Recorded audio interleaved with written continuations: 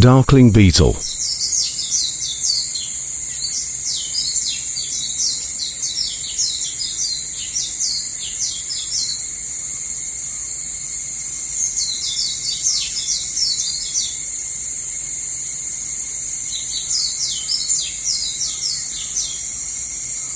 Tenebrionidae is a large family of darkling beetles, also known as the darkling beetles or mealworm beetles. Darkling beetles exhibit a wide range of sizes and colors, but they often have robust bodies and are predominantly dark or brown. Some species have specialized adaptations, such as elongated antennae and hardened wing covers. Life cycle of darkling beetles: from egg to larva mealworm to pupa and, finally, to the adult beetle. Discover the wide range of environments where darkling beetles thrive, from deserts to forests and grasslands. They are expert decomposers, breaking down organic matter and recycling nutrients. They serve as a vital food source for various wildlife, contributing to the broader food web.